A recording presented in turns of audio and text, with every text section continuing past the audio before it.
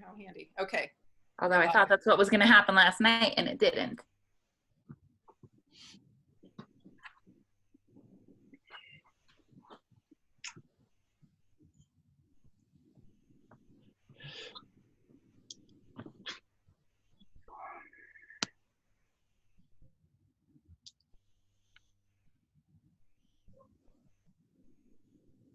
Do we want to go ahead and get started with some introductions?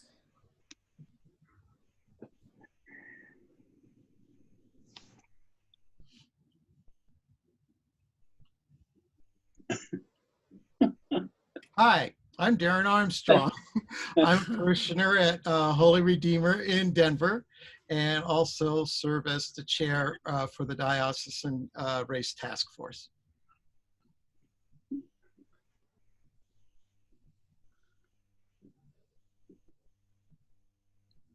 I'm Tracy Metheny. I work at the Office of the Bishop in the areas of faith formation, as well as development and financial stewardship.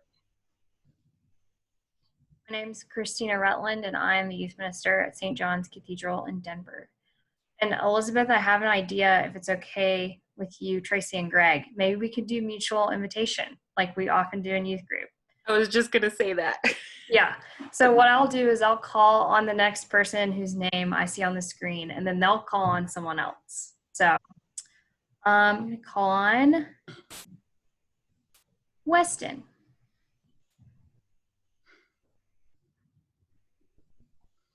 I saw that coming from a mile away. My name is Weston. I currently, for only another week and a half, work in the Office of the Bishop in the Episcopal Church in Colorado as the organizer for community justice, but I'll be joining all of these calls the next 3 weeks. So I'm excited for the opportunity. I will call on Linda Brown.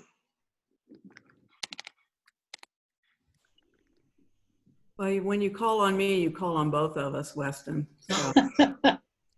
Great. Perfect. 2 for 1. All right. I'm Linda Brown, and I serve as a deacon in the Episcopal Church in Colorado, presently assigned at St. Luke's Episcopal Church in Denver. And I'm Jesse Brown.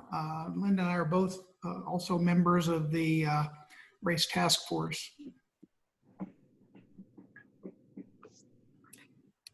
Who should we call on, Jesse? Oh, How about Gary? how about Gary? See if he's awake. One of our newly.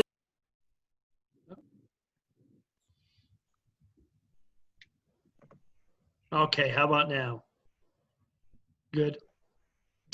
My name is Gary Darris. I'm a newly ordained deacon. I currently worship at Grace and St. Stephen's Episcopal Church in Colorado Springs. And I'll call on Debbie Womack. Hi, I'm Debbie Womack. I am a newly ordained deacon in the Episcopal Church of Colorado, and I attend St. Michael's in Colorado Springs, and I'm looking forward to this. I think it'll be very instructional. And I'm going to call on Amy. Well, thanks, Debbie. My name is Amy. I'm a candidate to the priesthood in the Diocese of Colorado. I'm currently in my 2nd year of seminary, and I will call on Michelle and Alan. I'm Michelle Auerbach Cole, and I am, well, I go to St. Paul's in Lakewood, and I'm a member of the Diocesan Race Task Force. My name is Alan Cole, and I am the rector at St. Paul's in Lakewood. Who are we going to call him? Oh, we're going to call him Bob Morse. I know that. I'm Bob Morse, and I worship at St. John's in Boulder, former member of the Standing Committee, and currently a member of the Race Task Force here in the diocese, and very happy to be here. My computer apparently had a heart attack when it heard the first question, and everything shut down. We've been experimenting with new things in our house, so I had to shut down and go back to the safe spot. So let's see. Has Joseph spoken? In which case, Nope. then No, I let me haven't. call on you. All right. I'm Joe Mazza. I am a deacon in the diocese. I actually was serving at St. Aidan's, and just about a week or so ago, on my 80th birthday, I retired. But I will still do ministry, and I am very much looking forward to this.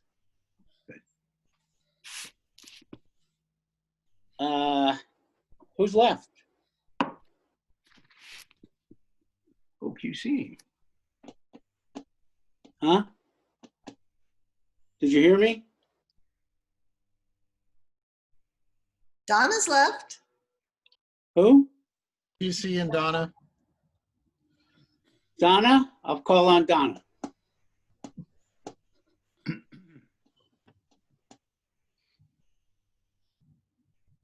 Thanks, Joseph. My name is Donna. I work with the Colorado Episcopal Service Corps. Hi, Weston. I'm on this race service race. I can't even talk at the end of the day. I'm on the race task force. Glad to be here.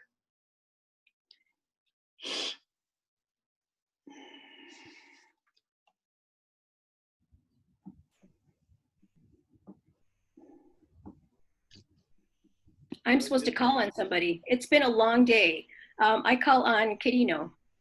Oh, hi, I'm QC Quirino, and I'm a pastor in the West Denver Episcopal Lutheran Church, vicar at the Intercession in Thornton, and also I work as a Latino mission developer for the bishop's office. And I call on Greg. Thanks, QC. I'm Greg Foraker. I'm the canon for formation in the office of the bishop. And is there just one left or two? Who's left? I think Elizabeth is left, but she just left the screen. I'll invite Elizabeth when she comes back, but maybe I'll invite Catherine. Catherine Meeks. I'm from Atlanta, so director of the Absalom Jones Center for Racial Healing, which is a collaboration between the Diocese of Atlanta and the presiding bishop's office.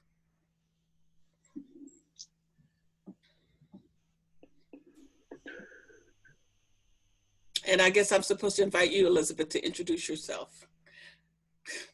Hello, I'm Elizabeth. I'm the director of children and youth ministries. And you've got children to prove it, right? Yes. I've got a fussy little girl over there, so she might break in at some point in time. Fine. So if she does, her name is Eva. And yes, thank you all for being here. We're really excited for our 3 weeks together. With that, I'm going to turn it over to Catherine. Oh, thank you. One thing, let me say first off, is that children are always welcome wherever I happen to be and whatever I'm speaking, because they are just as important as anything I have to say. So if she comes back on, that's perfectly fine. Don't worry. So I think what I want to do is to talk some about my own journey and kind of help you understand who I am and how I got to this place.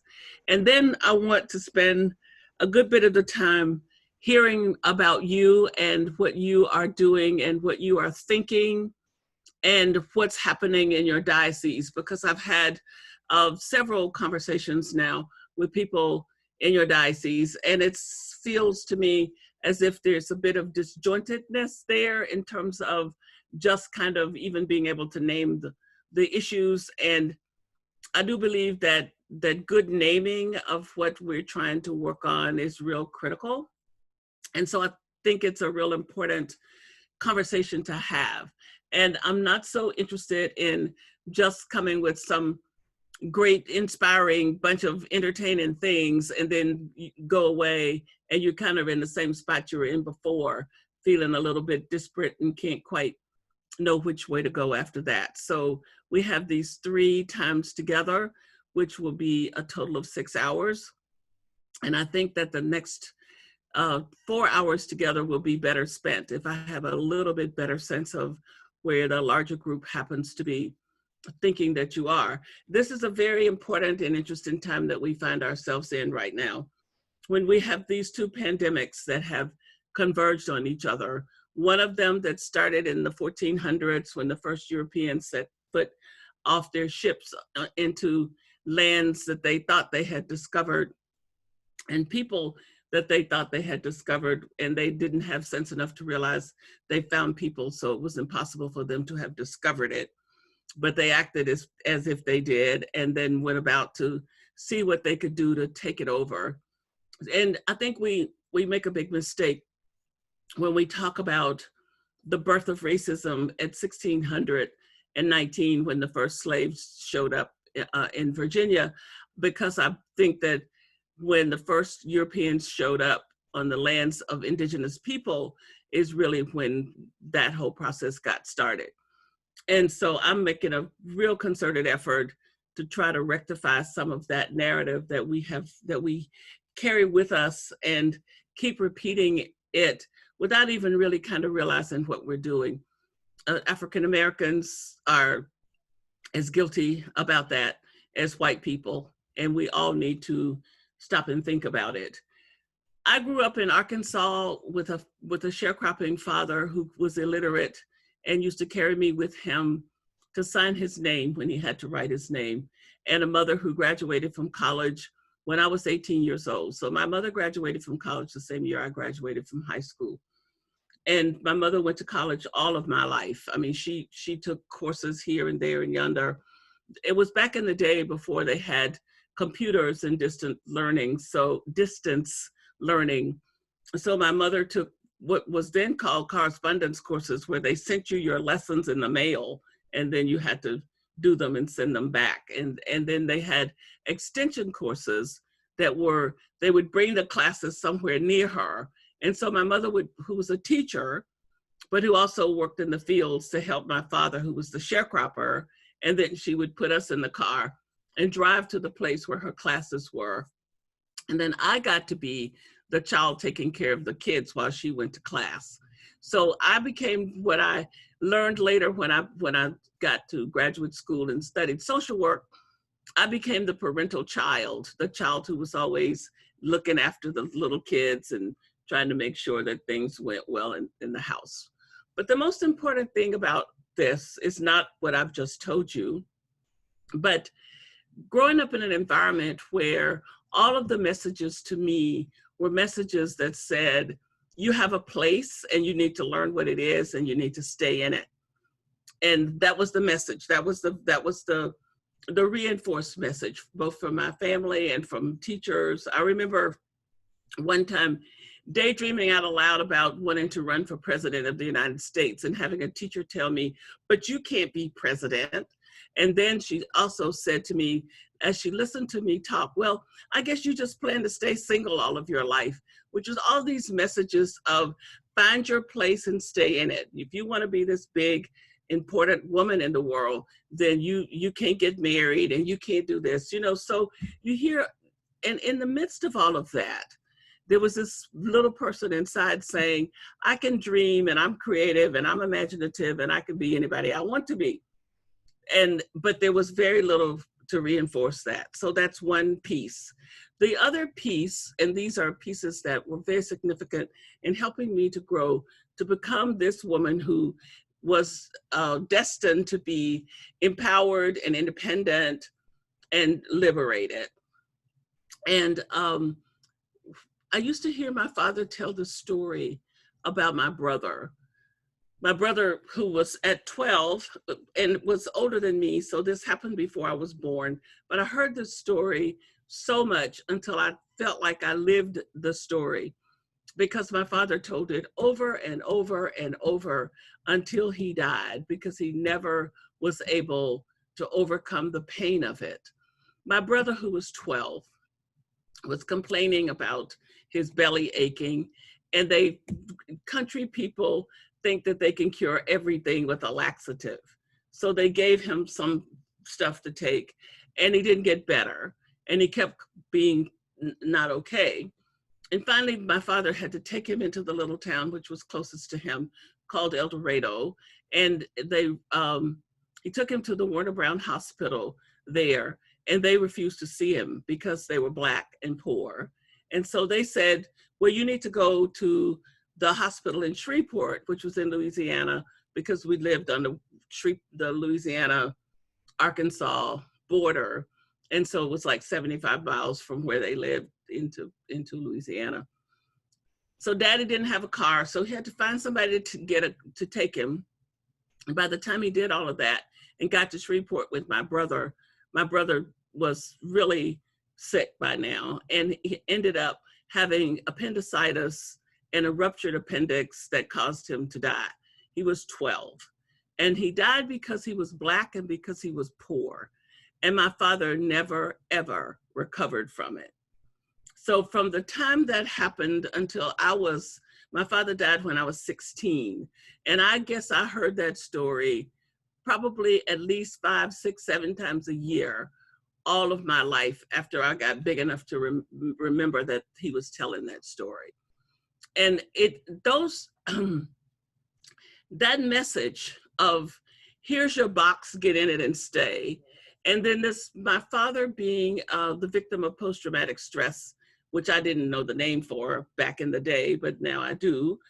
My father being the victim of that fueled this fire in me to be, number one, liberated, and number two, not dependent upon a system that had no interest in me and that would have no interest in trying to make sure that I was okay. So I set about to live my life, to learn, to be an independent person, to be somebody who was not dependent upon sources that didn't care about me. Now, you do have to understand that as a kid, I didn't have all that worked out in my head. There was just this kind of internal resistance to stuff. The way I was defiant in terms of the structures in our community. When you go to the doctor's office, there was the era of segregation, and they had this segregated waiting room. And so there was a very lovely waiting room with lamps and couches and all those things that white people sat in that we had to go past. And then where we sat was a long hallway with one light bulb and a row of chairs. And so I would refuse to sit because I wasn't going to allow myself to think that that was a decent enough place for me. My mother would have died if she'd known what I was doing, but I didn't bother to announce it to her. I just didn't sit down, and I would just say, I don't want to sit down.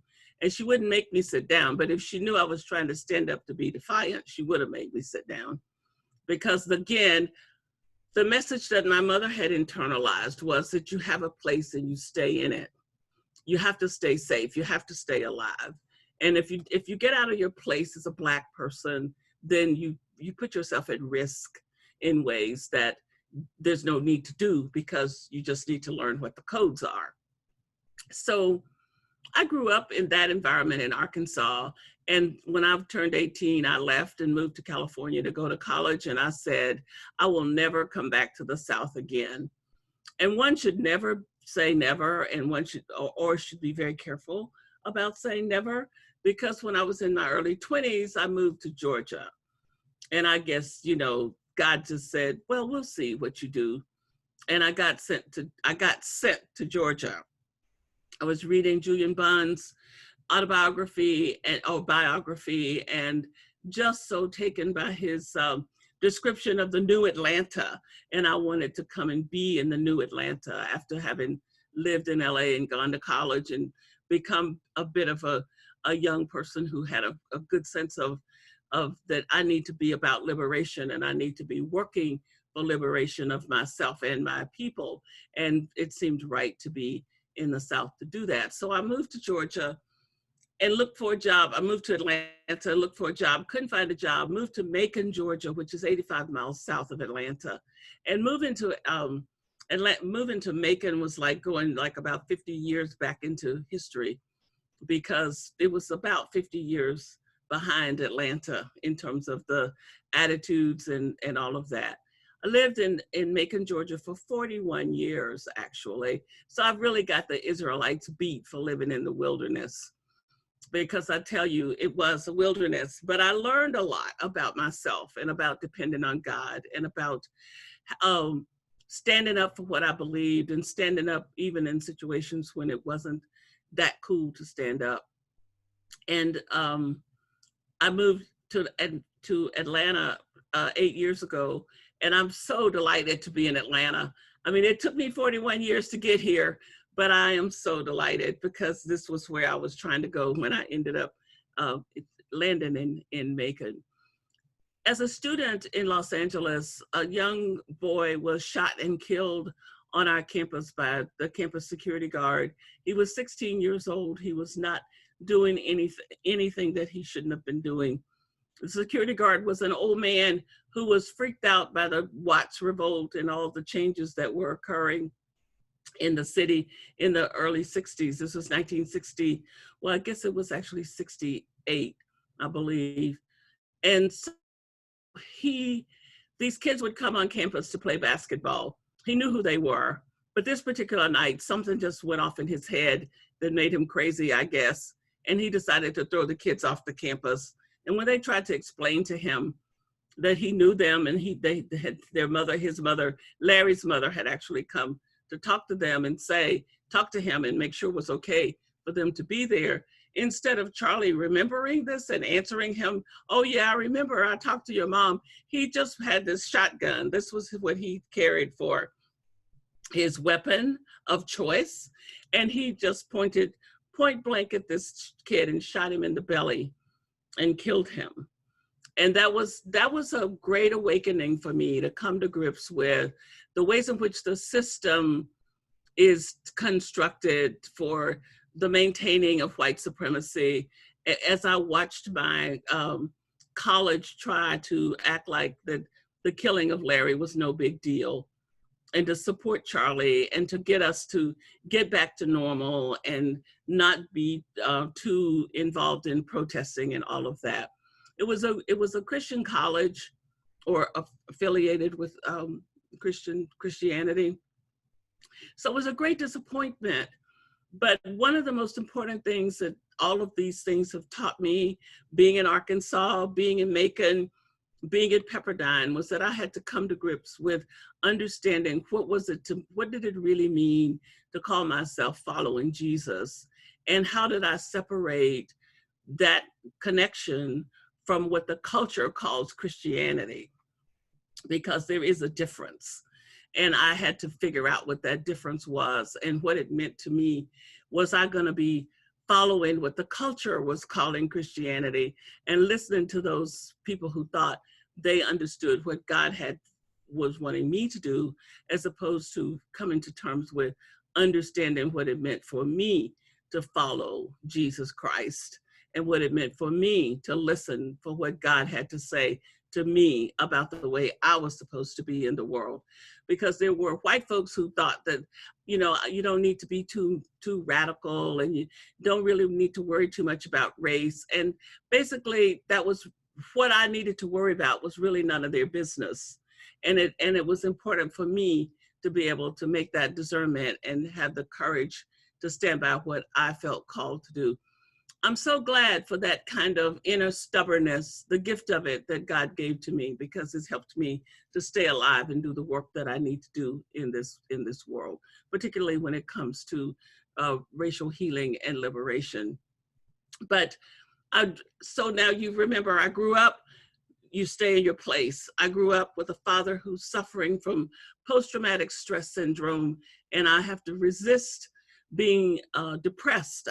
I knew that I didn't want to live my whole life being depressed the way my father was. And I had to figure out what it was going to mean to be a liberated person and to learn how to live with peace and to have some sense of myself. So this is the journey, and this is the journey that was laid out before me. Then I moved off to California, where I really felt like a fish out of water, because I wasn't prepared to be a college student in California, growing up with substandard education in Arkansas, where I never saw a whole piece of chalkboard, chalk. And those of you who are young in this meeting probably don't really even know what chalk is, but you know, it's that stuff you write on blackboards with. And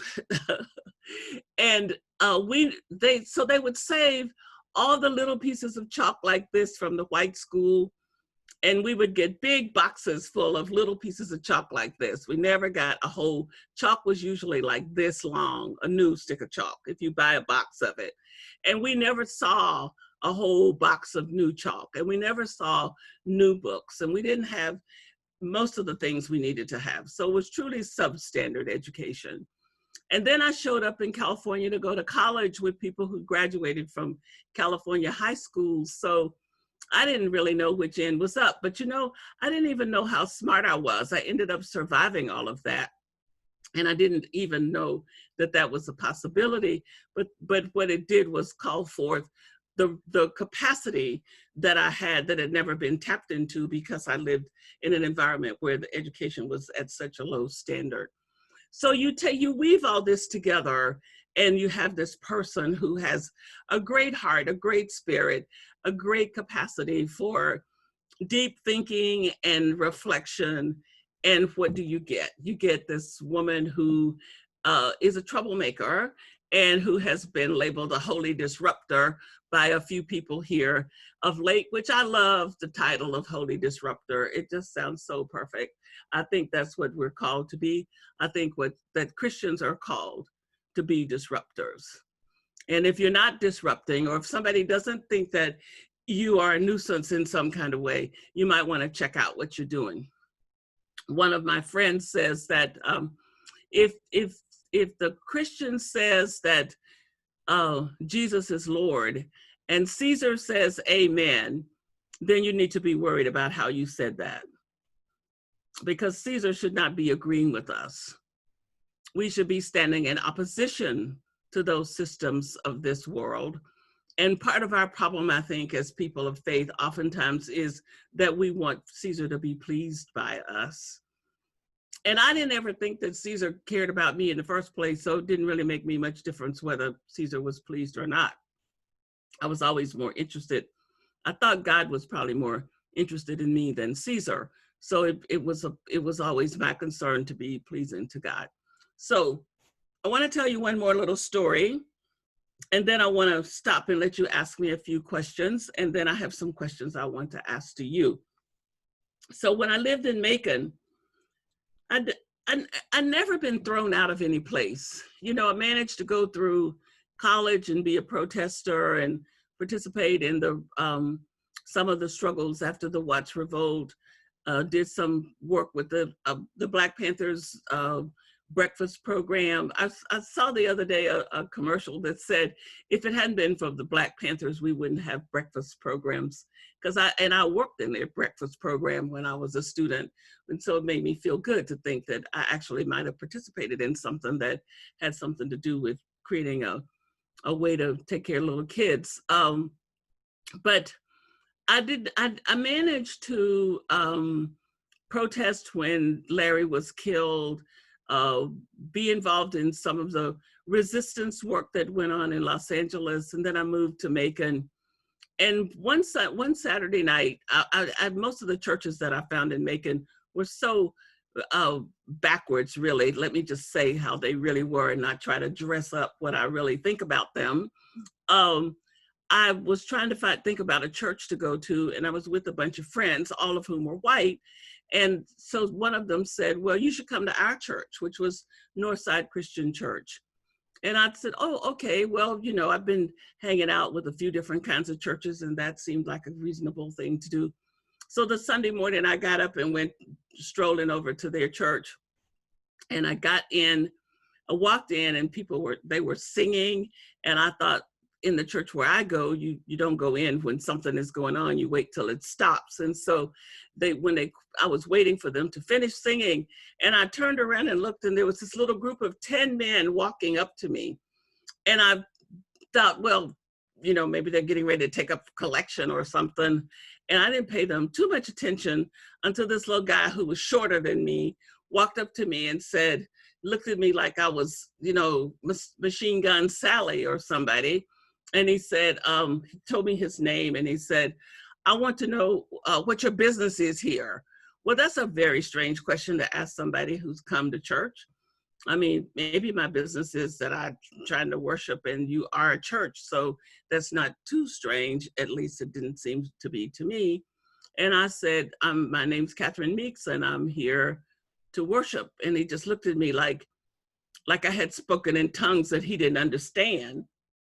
And so then I thought, well, maybe I need to say something else. So I said, I have friends who invited me here. And he said, no, you don't. You don't have any friends here, because he could not imagine that I, as a Black person, had any friends in his all-white church. And so then I said, oh yeah, and then I named them and he didn't seem to know who they were. And he kept looking at me like, you better make a better explanation than the one you just made. So I said, so tell me what's the matter? Don't you let Black people come to this church? And he said, no, we don't. And I said, oh, excuse me, just 1 second. Just 1 second, please. Can you, oh, okay. We get a lot of deliveries here and sometimes they just leave stuff, but somehow today they want attention. So I said to, he said, no, they don't let Black people come there. And so then I just turned around and walked out because, you know, I was so startled. It had never occurred to me to think that there might be a place called a church house that would not let me come in. And so I just said, oh, I see, and walked out the door and got in my car and rolled up my windows and pulled out of the parking lot. And well, before I pulled out of the parking lot, I just burst into tears because I was so hurt that I was being thrown out of somewhere that had never, ever happened to me before. And as I was driving down the road, this deer came out of the woods and I had to stop because, you know, I was just glad I saw the deer because sometimes you don't see them and run right into them. And I stopped and I was waiting for it to cross the road. And then as it crossed, another one came right out behind it. And then another one came right out behind it. And immediately when I saw the third deer, the sentence that went through my head was Father, Son, and Holy Spirit. And then followed by that was the notion that in spite of the fact that those people inside that building probably didn't know much about, well, they didn't all know what was going on. That's the first thing. The second thing is that group of men who were talking to me didn't probably know much about the Father, the Son, or the Holy Spirit. And so it was a great reminder that there's more to life than the meanness that exists in the world, and that I was connected to that. And there was the affirmation of it with those beautiful creatures flying across the road and making me have to sit there long enough to pay attention. And it's been that kind of reaffirmation and affirmation from God that has helped me to deal with the world that's not interested in my well-being or the well-being of people who look like me or people who are brown and or whatever other color than white. So I drove myself home and I was really upset still though.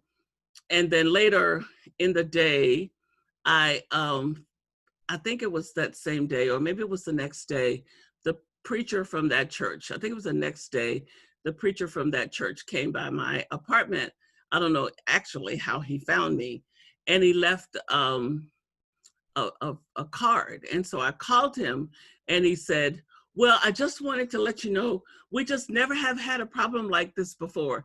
And I said, oh, yes, you've always had this problem. You just didn't know it.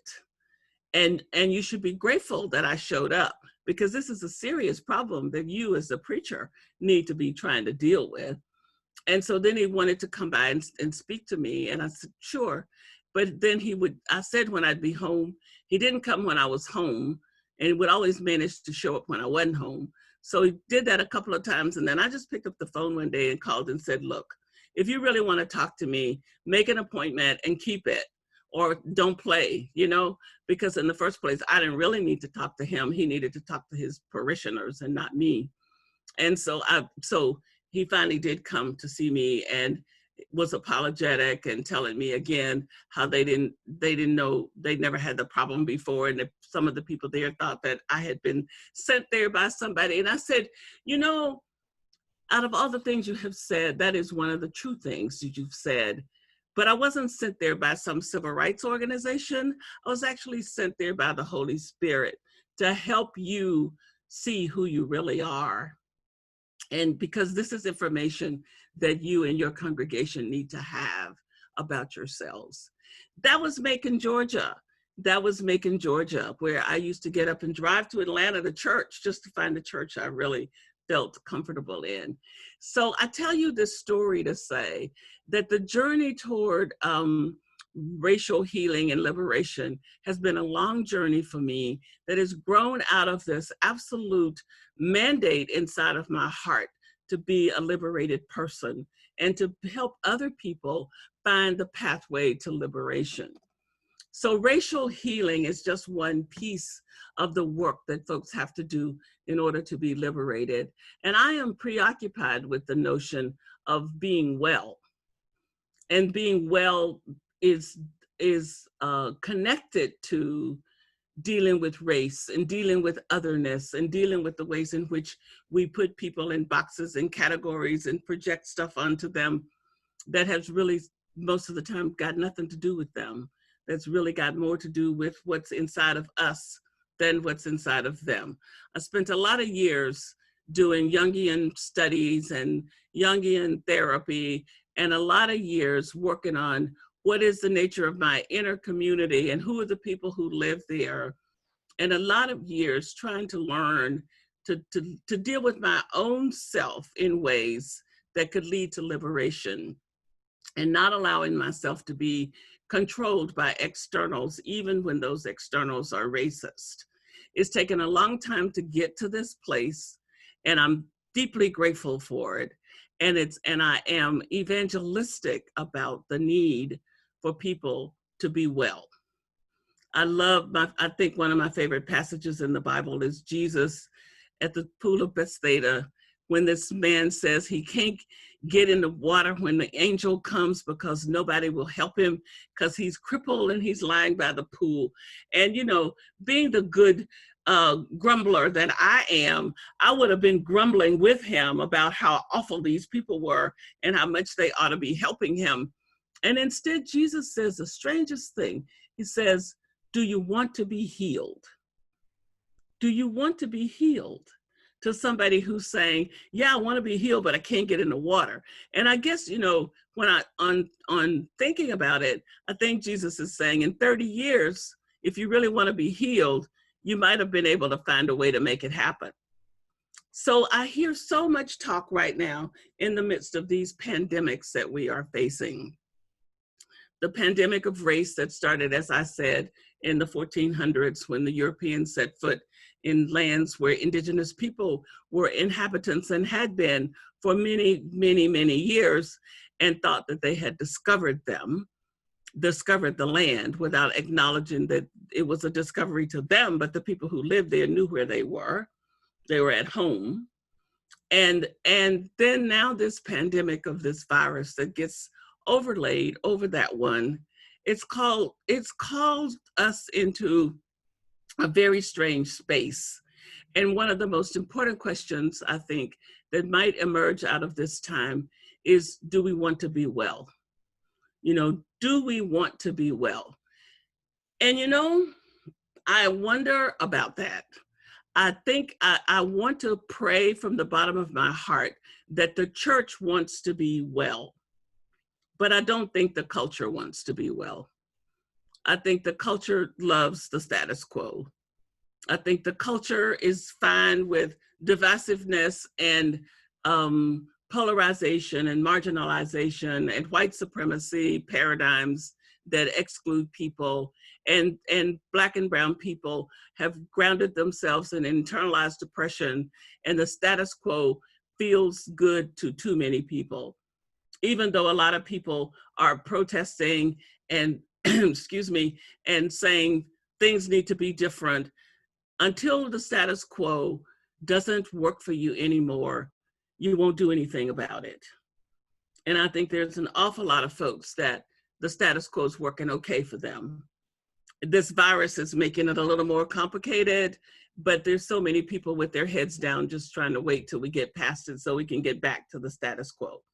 Unfortunately, I don't think there's going to be any getting back. I think there's going to be upheaval and distress that and new kinds of distresses that come from people having lost jobs, from so many people having died, from people having their lives turned upside down and disrupted in so many ways. So I do think that we are being called into a new space, and it's going to be interesting to see what we do about that. Are we going to listen carefully and follow whatever it is God is calling us to do? Or are we just going to try to put some Band-Aids on everything and get back to some place that we can keep on going like we were? Those are questions that are real, and questions that have to be embraced, and questions that do have to be answered. I want to believe that the church is a place where we've got the courage to ask the hard questions and answer them with the truth, rather than just trying to kind of fool ourselves, kind of believe that if we just wait and hold our nose hard enough, everything will be all right. One of the reasons why we did a whole series of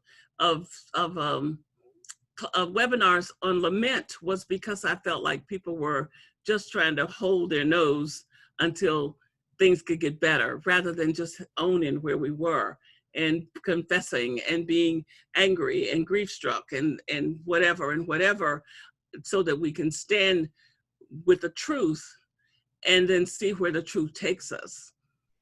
Because if you are willing to stand in the space of truth, there's a possibility that you can move to another step. If you're willing to keep building a present moment on something that's not true, then the next moment isn't going to work too well for you. So here we are with all those. I told you my story, which is a one-woman story, but it represents the story of a lot of people. It represents the story of too many people. And one last piece is that I have two sons. My sons are absolutely fantastic people. And I spend a lot, I used to be really such a little rebellious thing when my father was trying so hard to keep us safe. My father, now I understand, my father had lost one child and he wasn't planning on losing any more. But I didn't like that when I was 16 and 17, because I wanted to do what I wanted to do when I wanted to do it. But I now know what it's like to want to protect your children. So here in this era, I find myself sometimes wishing my sons were 6 and 7, because then they couldn't go anywhere that I don't take them. But now they can go out, and when they go out, they are at risk because they are these beautiful Black men that are not liked simply because they are Black. And then not only have to worry about the cops, but they have to worry about some vigilante white folks that might decide to shoot them or hang them or do whatever else, since we're back to hanging Black folks. I guess you've been reading in the news. So that's very distressing. That's very distressing. And I understand my father's distress a whole bunch better. I understand my father a whole bunch better. And someday I do hope people are able to see each other in the next realms of life, because I think I have a lot of things to say to my father about understanding who he was and why he was the person that he was. And he taught me so much, even though he was an illiterate person. He taught me so much about loving the land and loving the sunrises and loving nature. And then my mother taught me to be vigilant. My mother's idea, my mother moved me to define tenacity as when you get to the end of your rope, you tie a knot in it and you hang on. you know, when I was writing my autobiography, and I thought about my mother as this tenacious person, and I thought, how would I describe her? And that would be the description. You get to the end of the rope, you tie a knot, and you hang on. And she would say, tomorrow's another day, and you never know what tomorrow's gonna bring, so you hang on, because tomorrow may open up a whole oasis that you didn't know existed, which is another expression of having this kind of amazing faith. And when I think about what has been the thing that has helped oppressed people and people that have been marginalized, like Native people and African Americans and Latino people now, I mean, at the way we're treating them at the border, what is it that makes you able to keep going? And it's that spirit of tenacity, that spirit that won't let you quit. There's something in you that just keeps going. And perhaps it's God, perhaps it's whatever, I don't know all of what it is. What I know is that I've seen it, I've lived in it, I know that it's real, and it's worth being recognized and worth being honored, because it is one of the ways one is able to live when the external world is not interested in you. And what do you do when the external world is not interested in you? You either find out what's inside of you at your core, or else you become somebody who is separated from yourself. And internalized oppression can cause you to be separated from yourself if you're not able to learn how to deal with that. I think white supremacy separates you too from yourself, because you are living somebody else's narrative. You're living a false narrative that says you're superior, and there's no such thing as a superior person.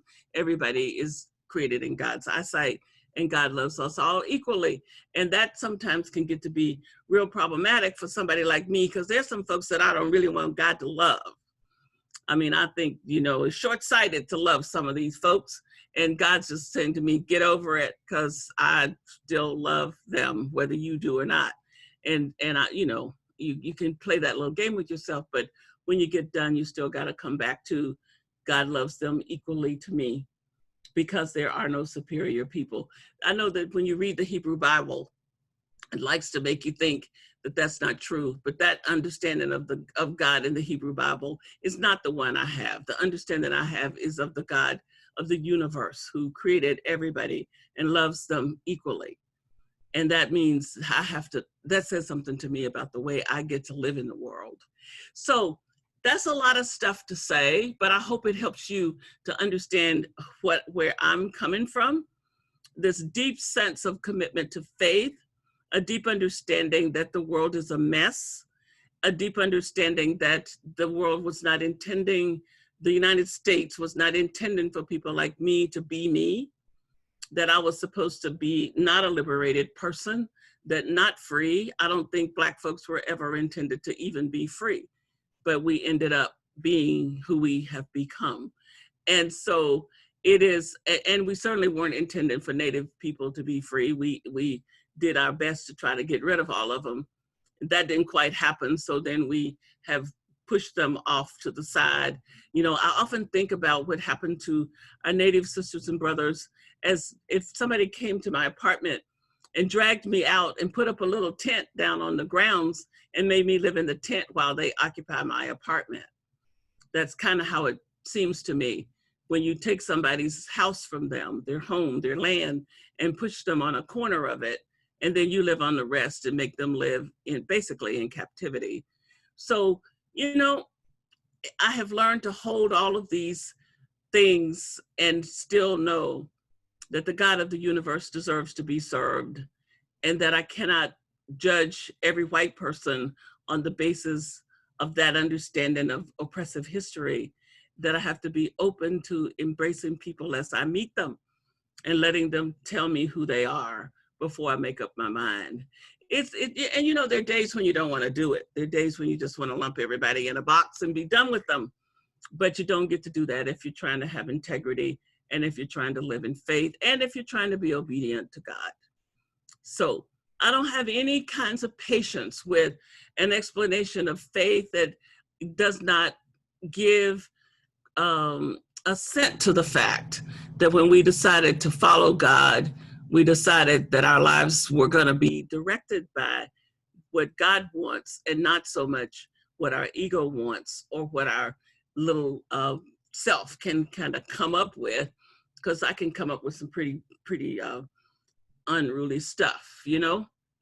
And it always needs to be kind of sent through the filter of, all right, you said you're following Jesus. Now, how does this line up with that? And sometimes it doesn't line up too well. And I just have to say, okay, God, I get it. But, you know, I will say to God, but that's your child. So I'm glad, because you got to love them better than I do. And I'll get around to it, maybe. And sometimes I might not. But it's okay, because I'm not God. And only God is perfect. So, and beside that, it doesn't matter, because God knows what's in my head anyway. So no sense in me trying to pretend. So I just go right on ahead and say it out loud. And then maybe if I own it, eventually I can get a little better. So I would like to entertain a few questions from you about anything that I have said, or any curiosities that I may have that may have arisen for you as I have been talking for just a few minutes. And then I want to hear from you what's going on in your diocese as far as you're concerned about race. What's happening there? What kind of place do you embody in terms of the racial constructs that I've just been talking about? How much of my life story could be told by people who live in your area in terms of the marginalization, the polarization, all of those issues that we see now? How's all that going in your diocese? And I've heard from a handful of you about that, but I want to hear some more from others. But I also will start with your questions, if you have some. Yes, Amy. Thank you. I was curious, as you were talking, if you could say a few words about the faith of your childhood and how you came to your current understanding of God, and what role the church community played in particular as you were growing up. Well, when I was a little girl of about 8, I would get up before anybody else in my house and go sit on the back door steps and watch the sun come up and talk to God. I don't have a clue who I thought God was, but it was some big somebody out there somewhere that had to care about us. And I needed to talk to that somebody about not letting it rain too much on our crop, because Daddy had told me that if it rains too much, the boll weevils will eat up the cotton. And I was worried about that. So I was this little anxious person that thought one of my contributions could be getting up and praying, and I would do that. So, and then when I was maybe 10 or 11, somebody gave us, you know, you may have seen, I don't think they make them anymore, but those old Bible story books they used to have in the doctor's office. And somebody gave us a set of those, and I read about Jesus, and I was just so taken by Jesus. And my father didn't go to church.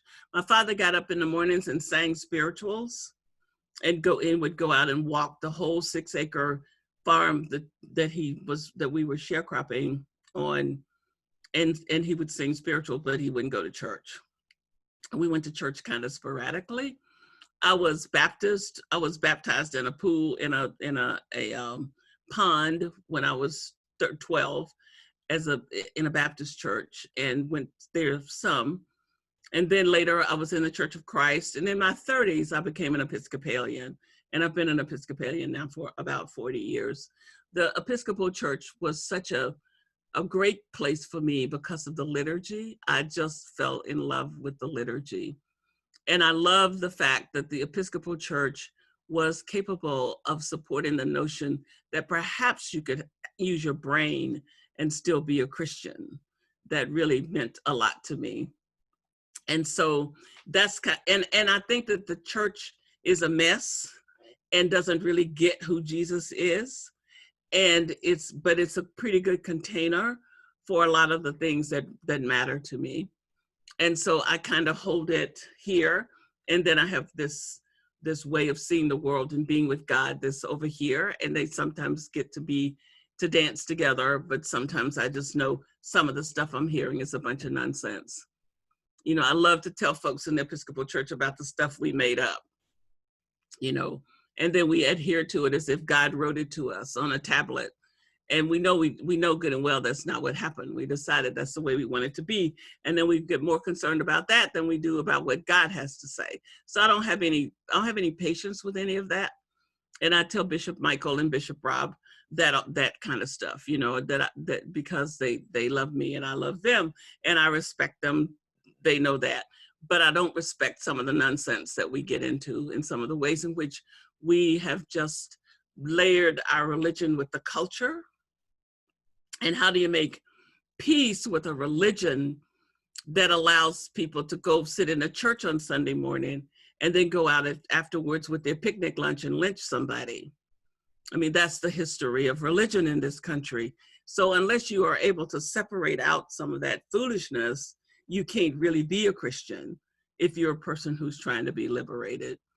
But I understand that kind of behavior was not what God was about. That was what the culture was about, and people were layering that stuff over God. So it's been a real evolutionary process for me. It's not like I woke up here, you know, I woke up back there somewhere and kept doing the next thing and going forward and looking for truth under every rock. And when I found bits of truth that were verified by other bits of truth, I said, oh, aha, I see.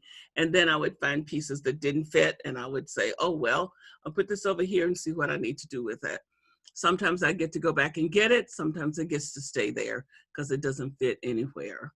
So it's been a real journey of just rocking along and watching God show up and be faithful and growing into being the person that I was put on the earth to be, and really being willing to ask a lot of questions and being willing to commit to trying to be free and well. And then once that decision was made, everything else just kind of falls into place. I hope that makes sense. Yes, thank you very much. I appreciate that. You're welcome.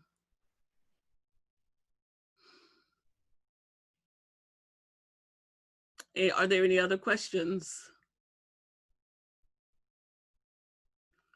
Darren, are you talking? I am, Catherine, and I just asked you the greatest question in the world, but I'll repeat it again and see if I can remember what it was. So the concept of being well, in doing this work, often the tension is between understanding being well does not necessarily mean being comfortable. Mm. And so I wonder, kind of in your experiences of life, and you know, you've facilitated many of these types of conversations. How do you navigate that?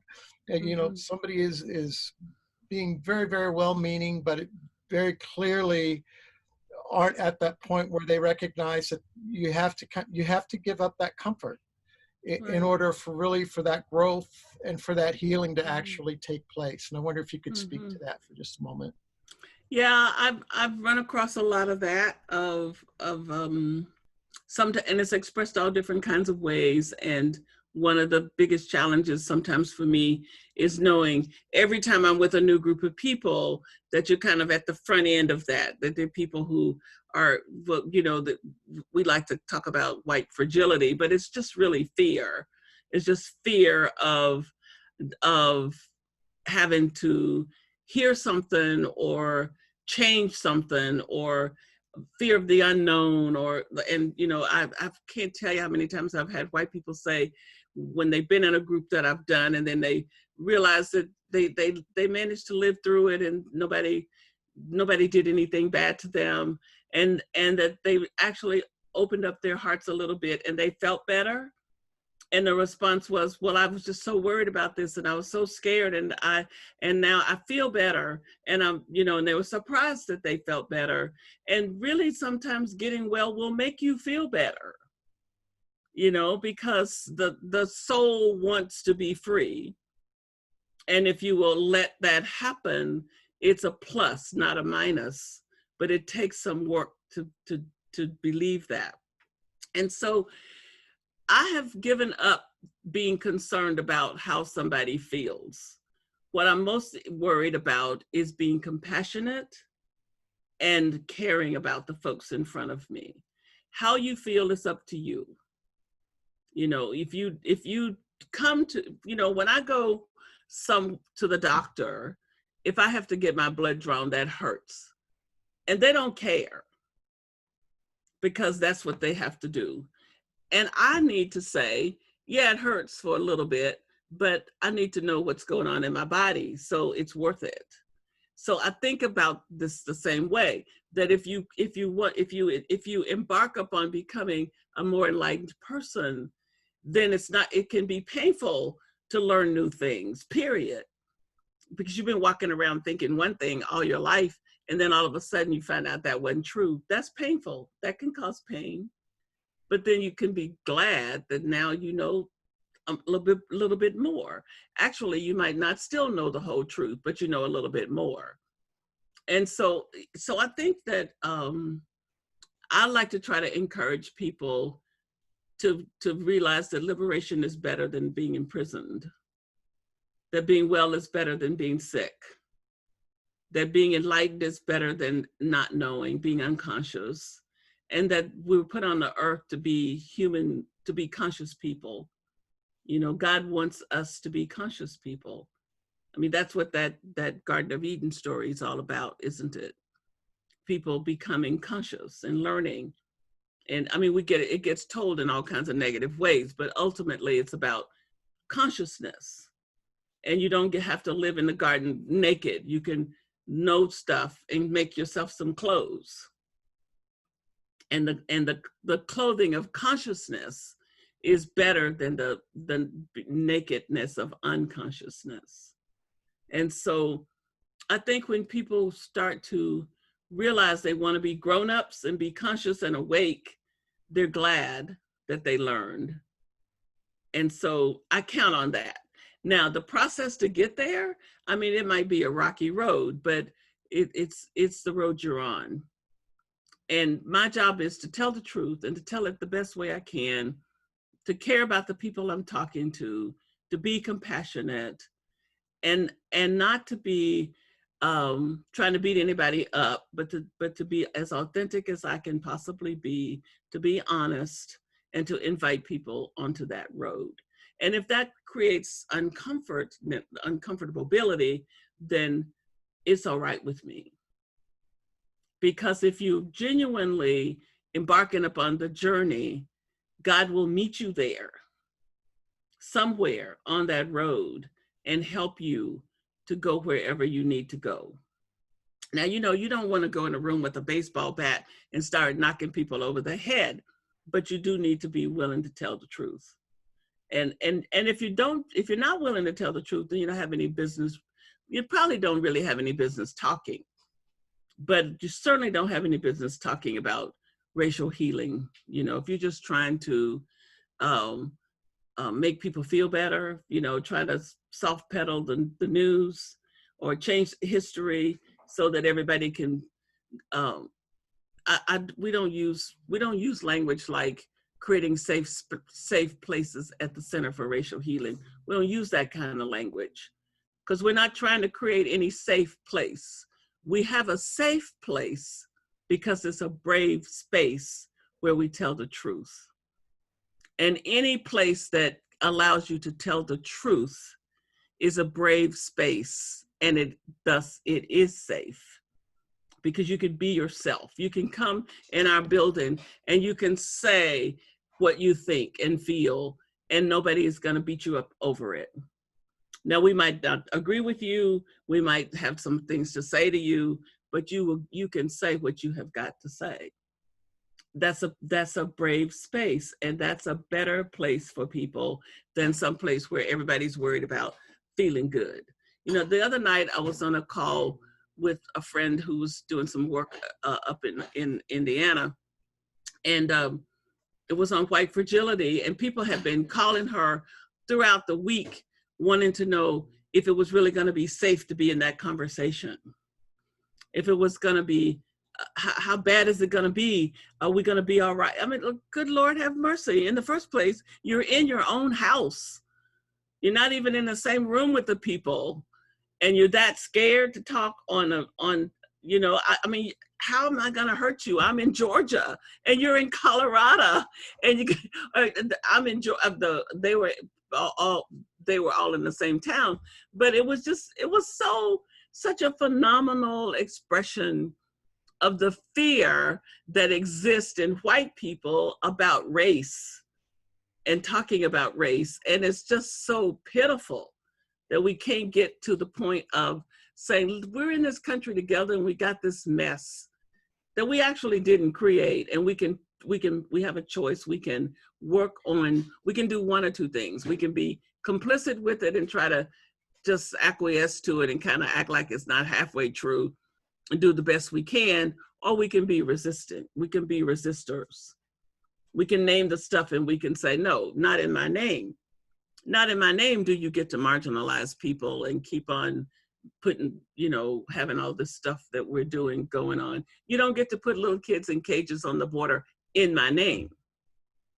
You might do it, but not in my name. And I will resist that, and I will be vocal about it, and I will do whatever I can, because that's not who I want to be.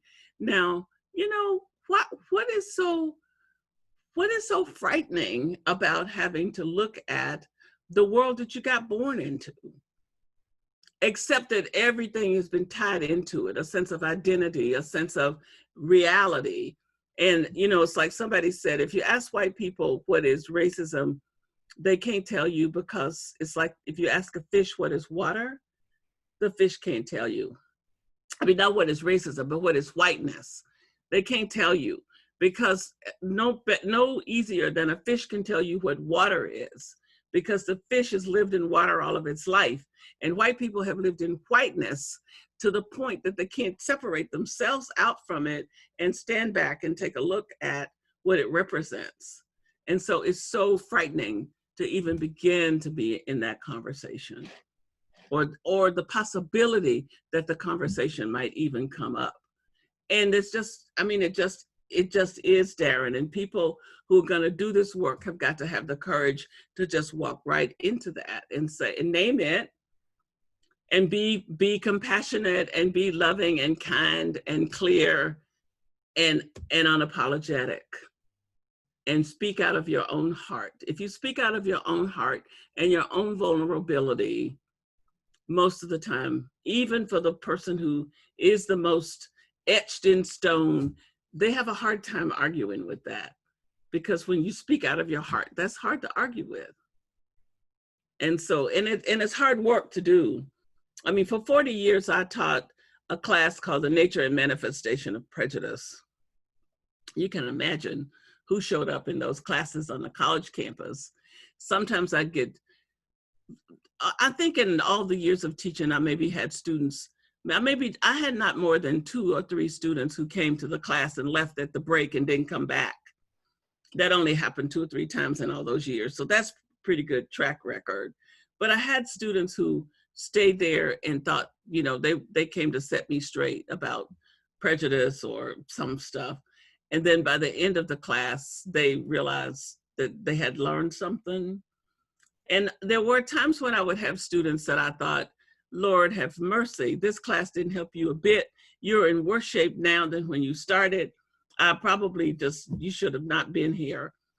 And then 5 years later, this happened more than once, I would get this long letter from such a student telling me, well, your class was one of the most important classes I took when I was in college.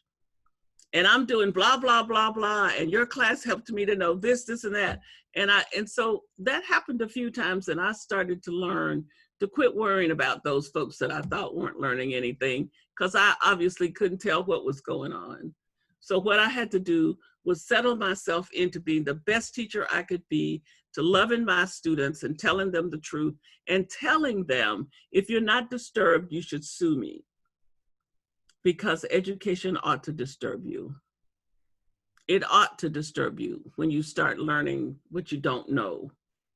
And it ought to disturb you when you realize that you're unconscious. And if you're not disturbed as a college student or a learner, then somebody's not doing their job. So that's my attitude about it. So it's hard for me to get too worried when somebody starts wondering if they're going to be upset. You might be upset, but you know, you will get over it. The same as you'll get over surgery or something. And psychological surgery is necessary sometimes, you know. So any other questions? Well, you might have some more before we end, or you may have some that you think about later and you can write them down and you'll see me next week. So if you have a question that emerges over the week that really keeps your attention and you want an answer to it, there'll be a little time where you can ask a question next week. So what I would like now is to have you talk to me about your diocese and what is the nature of race relations in the Diocese of Colorado from your perspective. And those of you that I have met with probably need to let the others speak first, because I want to hear, I kind of know what you have said, and I'm kind of interested in hearing some other folks that I haven't heard. And then maybe, I don't know if the other folks that I haven't heard, I don't know if they've heard you either. Is that true? Have all of you been together talking about this ever before or not? Okay, well then never mind what I just said. Whoever wants to speak, speak. But not everybody at once and not everybody to wait for everybody else. So just jump right in. So you got a Black bishop and you're a bunch of white folks. How did that happen? You know, and what does that mean? And how are you, what's the nature of race relations? And so I told you all this stuff about myself so you don't have to be timid about speaking up, because you know that vulnerability for me is not an issue here. So just jump right in. Catherine, hello, my name's Alan Cole. Thank you. Hi, Alan. Before I make my comment, I just think you're awesome. Well, thank you. You're welcome. I worry that because we do have a Black bishop and she is female, that our church here in Colorado will begin to relax our notions or our concerns over racism in the church here. So, I don't know, it makes me feel, as a preacher at least, that we kind of have to double down on it now. So anyway, can you speak to that? Yes, be more vigilant. Yeah.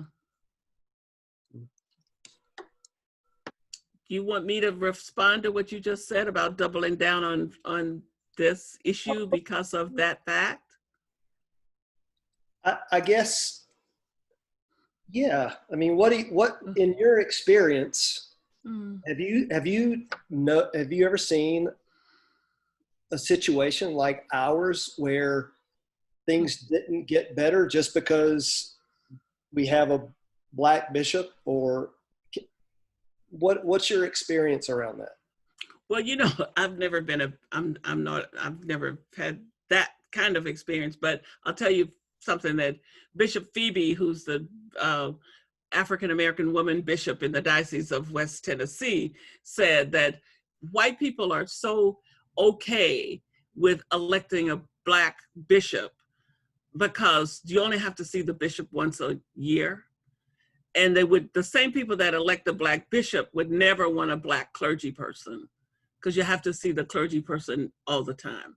So there's a kind of disconnect, you know. Because it's very interesting to me that these predominantly white dioceses will elect a Black bishop, but then you go there and there's no Black clergy or 2 Black or brown clergy in the whole diocese, and you think, really? And you have a Black bishop? How did that happen? And when Phoebe said that, this little light bulb went off in my head that said, yeah, that's right. Because, you know, the bishop has their rotation of visits. And so once a year, you get to be all liberated and progressive. And then you don't have to worry with Black woman power. because until something happens in the diocese and the Black woman has to show her power, then it all is a different story. And Bishop Phoebe she's been in that diocese a little over a year now, and she was getting to some of those things where she had to actually do some things, and all of a sudden people thought, oh, she's not just going to be window dressing after all. She's not just going to make us feel good about ourselves. She's actually going to work, and then it's a problem. So I don't know, Alan. I think that people get what they need. So your diocese probably needs this bishop, you know, and sometimes you get what you need even when you're trying not to. And so and so the conversation, if there's any integrity in your faith journey, the conversation is going to have to be on the table, or else you will just be living something that's not true, and eventually it will be untenable for her and for you all if you can't be honest about what the angst is around having this woman be there and be the bishop and be in charge, because that is who the bishop is.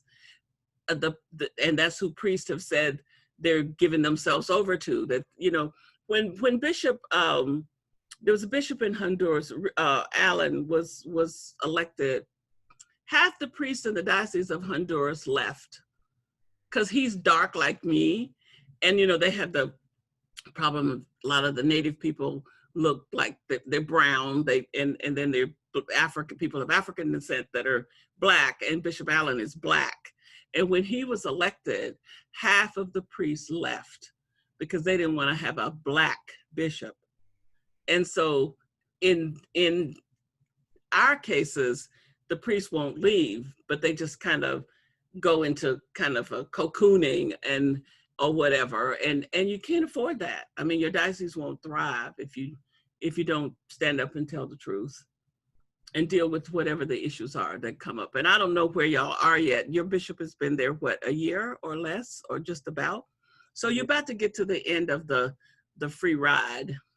I mean, there's gonna be some stuff that comes up that she has to deal with, and people are not gonna want to admit that the biggest problem they have is that a Black woman is in charge. That will happen. If it hasn't happened already, it will.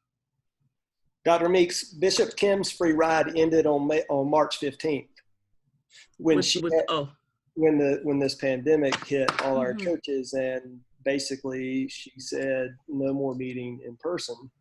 And then we were all great until, if I could speak frankly, until a Southern Black woman told us what we needed to do.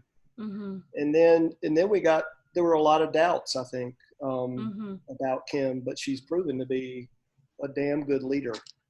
Well, and what was wrong with people? I mean, it wasn't just her saying that. The whole church was closed down.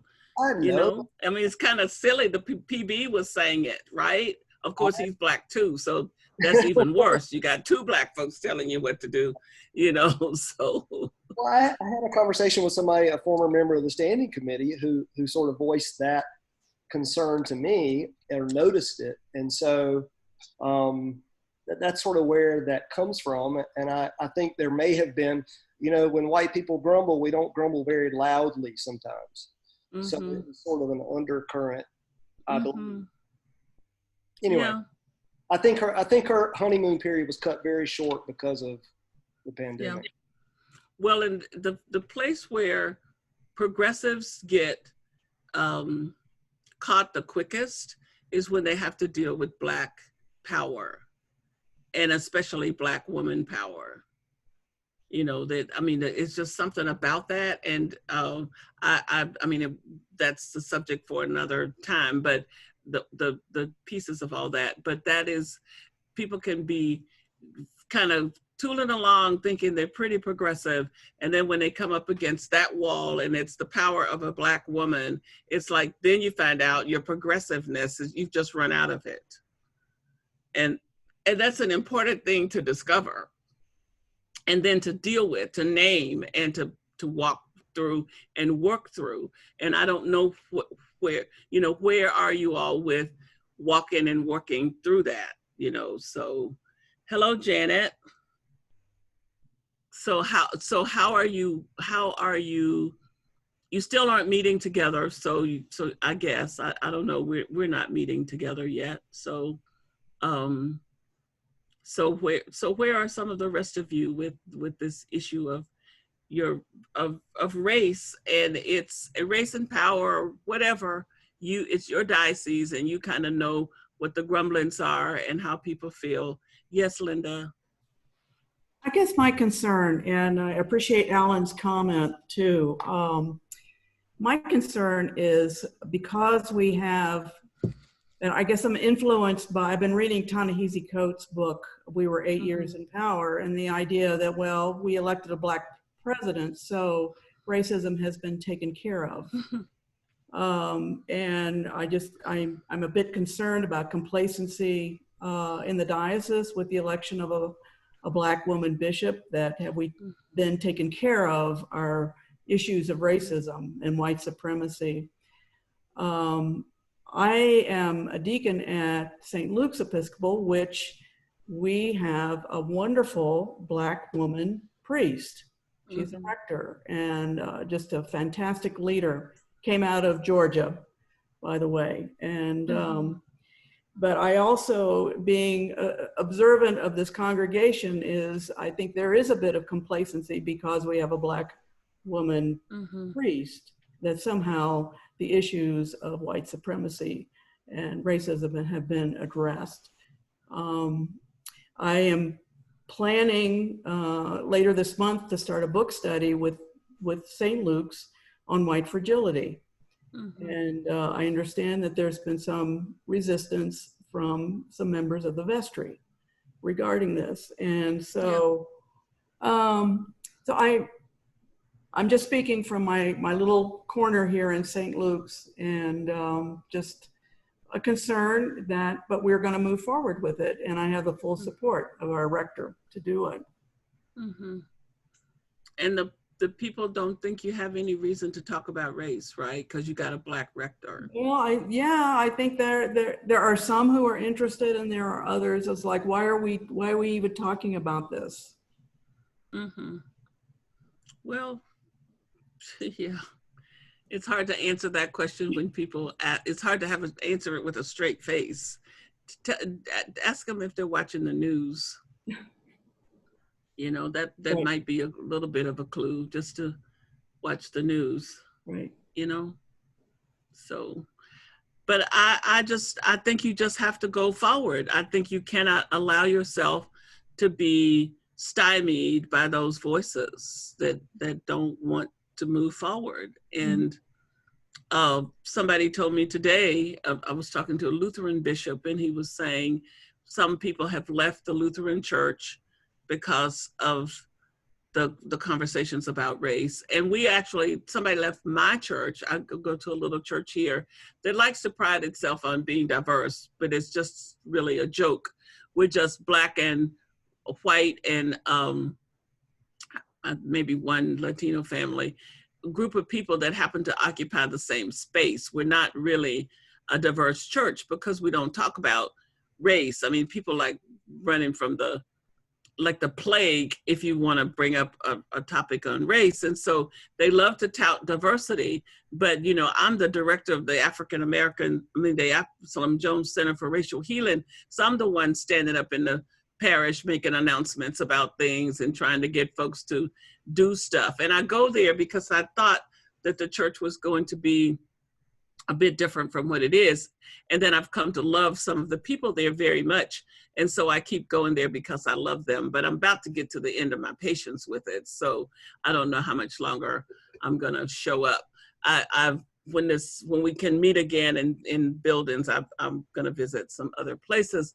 But this notion that you occupy space together doesn't make you integrated or diverse. You're just some different groups of people in the same space. If you don't have relationships with each other and know one another's life, you're not a diverse community. Because you're not talking to each other. You don't know anything about each other. You're just there, being polite and being tolerant rather than being engaged and accepting each other's life and learning about one another. So I think that the church has got to, the leadership in the churches have got to have the courage to tell people that the church is about not just mirroring the culture. And so these two people, of all people, two guys that are gay guys that are married, and they are leaving the Episcopal, not only are they leaving our church, but they're leaving the Episcopal communion because the bishop, Rob Wright, has talked too much about religion, race, and he's been too political because he's been talking about people being killed by police and the need to do something about all this. And when people say that kind of stuff, it makes me think that they have not ever actually read the New Testament. You know, I mean, when you talking about justice, how many pieces of scripture tell you that God is about justice and mercy and all of these marginalized issues? And then Jesus, I mean, who do they think Jesus was? They think Jesus got crucified because he was in Sunday school, you know, or something. I mean, it's like, did you ever read the New Testament? Then if, you know, and I'm wondering if it wouldn't be helpful for somebody to write a piece on the difference between being political and being partisan. There is a difference, you know, because Jesus is not about, do you believe this particular thing or this particular thing? It's about, are you trying to follow God, and are you standing against these systems here that are denigrating people and marginalizing people? And I just think that we have a whole lot of folks in the Episcopal Church that don't actually know anything about the Bible. I think that's part of the problem. And that lack of knowledge then makes you think you know. And when you hear what Jesus is saying, you think it's so foreign to you. And so I'm working on forming partnerships with the seminaries, because I think in the seminaries we need to start teaching people better stuff about standing up for justice and knowing what that even means, and given them some tools so they can have some courage. And you know, these two guys that I was just talking about just wrote this. They wrote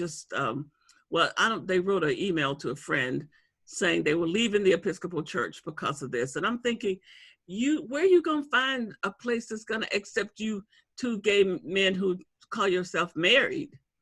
I mean, the Episcopal Church is your best bet, buddy, for that, to be accepted and to be loved, I mean, and appreciated and accepted. And you're gonna leave because the bishop is talking about racial justice?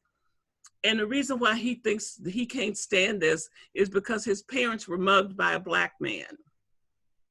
Well, you know, he needs to get himself well. He needs to work on getting over, I mean, I'm sorry that his parents were mugged, but you know, not every Black person is a good person. But what is wrong with you, grown man, that you can't separate a personal tragedy from a whole social group of folks that have been oppressed and that were enslaved? I mean, so it just boggles your mind, doesn't it, to even think about it? And yet he's gonna go, I don't know where, but I think that if they go to church, they're gonna find themselves having a hard time finding a place that's gonna be as cool as where they left. I just do think that, you know, so, and I'm so proud of Bishop Rob Wright, because he just stood up and it's like, okay, here's the truth.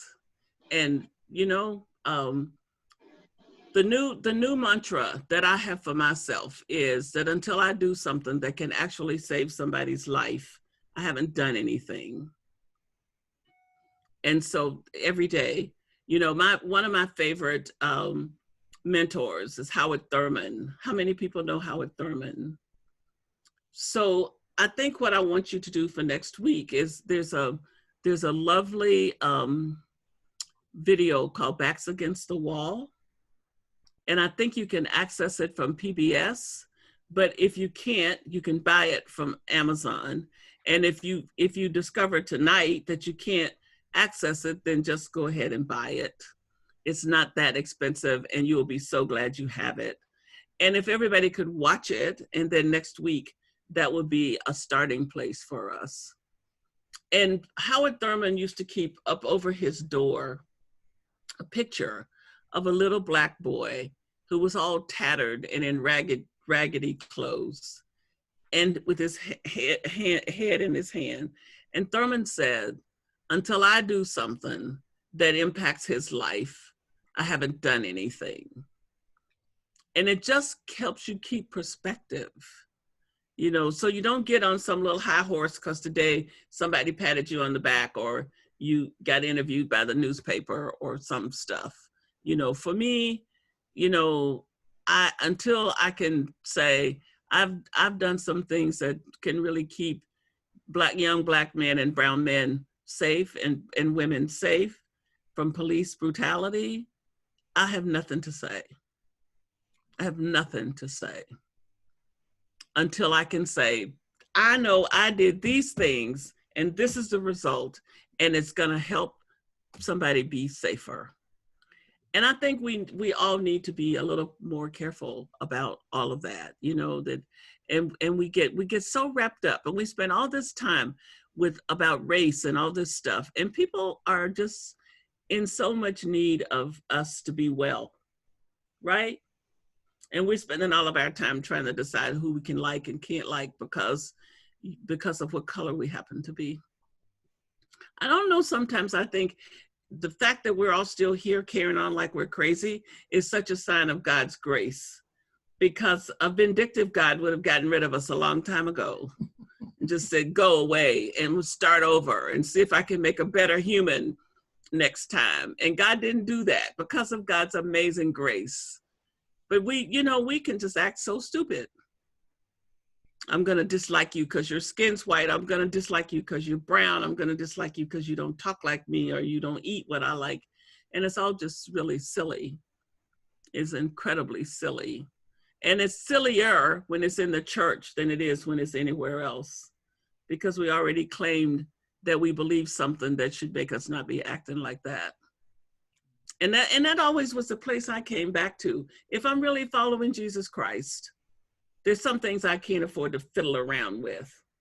I've just got to get on down the road because that's Jesus. I mean, Jesus would be on down the road worried about something that meant something rather than some petty thing that really in my, that's about me and my ego that I need to let go of. So, you know, I'm not supposed to like white people, for God's sake. I grew up in Arkansas with white folks being our oppressors. And God just sent some white people into my life that taught me that I could love white people. Some white people who loved me without asking me to be anybody except who I am. And not trying to tell me what my story is. And no matter what I said, they were willing to let me have my story. That's all we have to do for each other, is let us tell our story. And you say, I'm so glad you shared. And even if you don't understand, or even if it's upsetting, you know, people say they get upset they get sad for me when I talk about my brother. And I appreciate that. I want you to know, you should grieve with me a little bit about my brother dying at 12, but you don't have to try to talk me out of it. You know, and I've had people that wanted to talk me out of it and try to make it sound right, or, you know, do something. You don't need to do that. You just need to let me tell the story and listen, you know, just listen to the story and be present in the story. And like right now, there's so many folks that I've talked to that have talked about how white people who don't know what to do right now with all the unrest and everything. And the most important thing you can do is, I always like to say, is stand still and see what God tells you to do.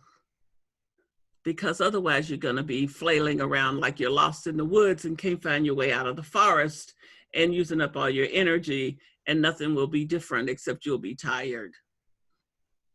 You know, but if you stand still and listen, God will show you. There's a poem that I'd love to read that's called Lost. And what do you do when you're lost? And did I read that poem to you all, Elizabeth and Greg? I can't remember. If I didn't, I'll read it again. I don't know where No, I it don't is. think you did. I have got, I feel like I'm in graduate school because I have, you know how you have books and stuff piled everywhere, and I'm working in this little space, and I tend to be a little junky anyway, even though in my mind I'm a lot more organized than I really am in reality. But I'll find it, if somebody else has a question, go ahead and ask me, and I'll find the book before we finish, and I'll read it to you. I have some. Yes. Is it Gary? Yes, Gary. Hey, my question is, in regards to police brutality and the injustice, the criminal justice system, the unfairness of the criminal justice system for minorities, how does the church begin a conversation with the law enforcement community to help them understand that there is a problem out there that they don't see? And I say that because I retired from the Colorado Springs Police Department in Colorado here after 34 years. So now I am on the outside and I can look in a lot clearer. And so I'm very much interested in starting this dialogue with my former bosses about things need to be changed. And how do you start that conversation with them when they probably are reluctant to realize that there's a change there? And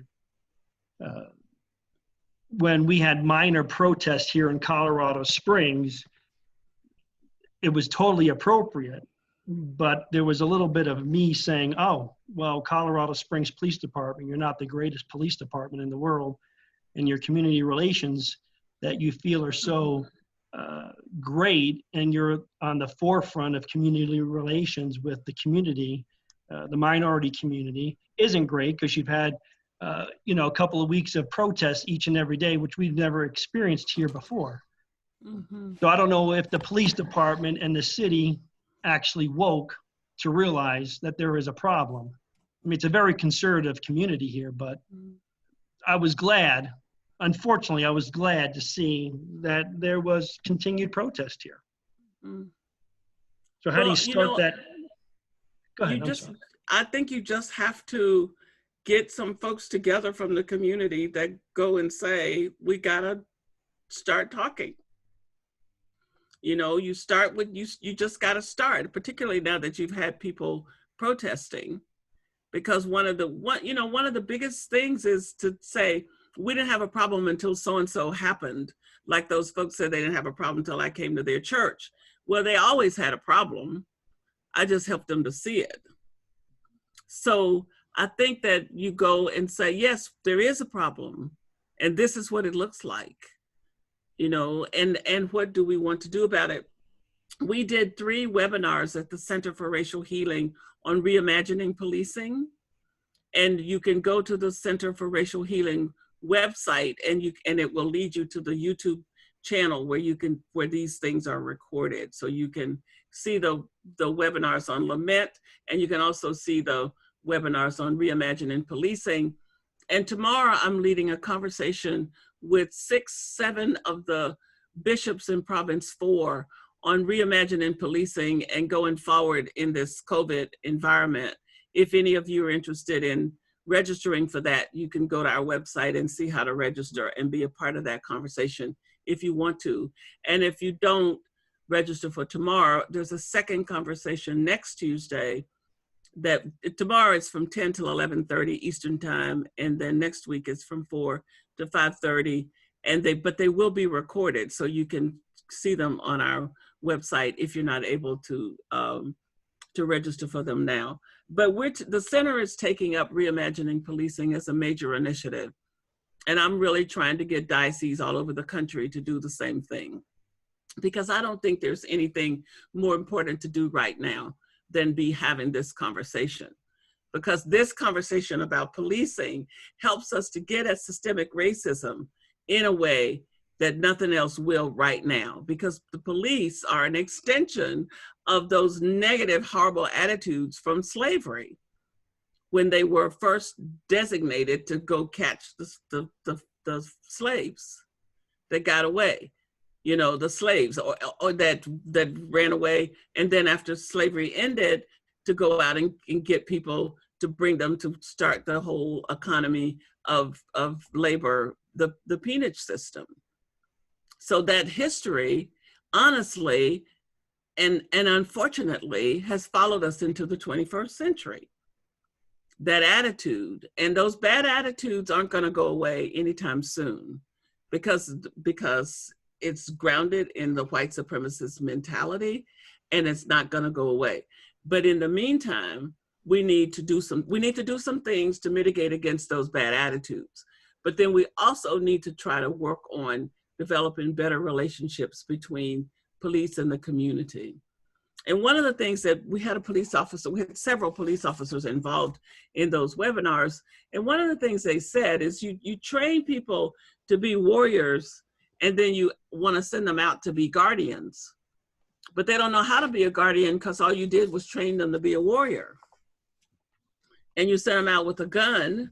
You know, why do we have people shooting people in the back who are running away from them? I mean, what's wrong with you? And I just saw, wasn't it in Denver, where they just passed a law that the police can't shoot people in the back now? And I mean, why do you have to pass a law about that? Why can't people just have some common sense and know, if you're running away from me, and if I'm gonna shoot you, let me shoot you in the leg or something? You know, why do you have to shoot people to kill them? But, you know, in Atlanta, when Rayshard Brooks was killed, one policeman stood up on him the way you stand up on big game when you've been big game hunting. You know, so there's something in the DNA, that supremacist DNA, that comes out with this. And that's what we have to start dealing with, and having those conversations is gonna be not easy. And I don't know that you can start with the beginning there, but ultimately there's got to be some dealing with race, you know, but you may have to start somewhere else to get there. But the conversation has got to start, Gary. And it just has to, it's not gonna be comfortable. It's not gonna be simple. Hopefully you can get a handful of people that would be willing to commit. It's about committing to do it because it's the best thing to do for everybody. And I think if you begin to talk about public safety, and what do we need in order to create an atmosphere where the public can be safe, the citizens, public, and the police, because they're God's children too.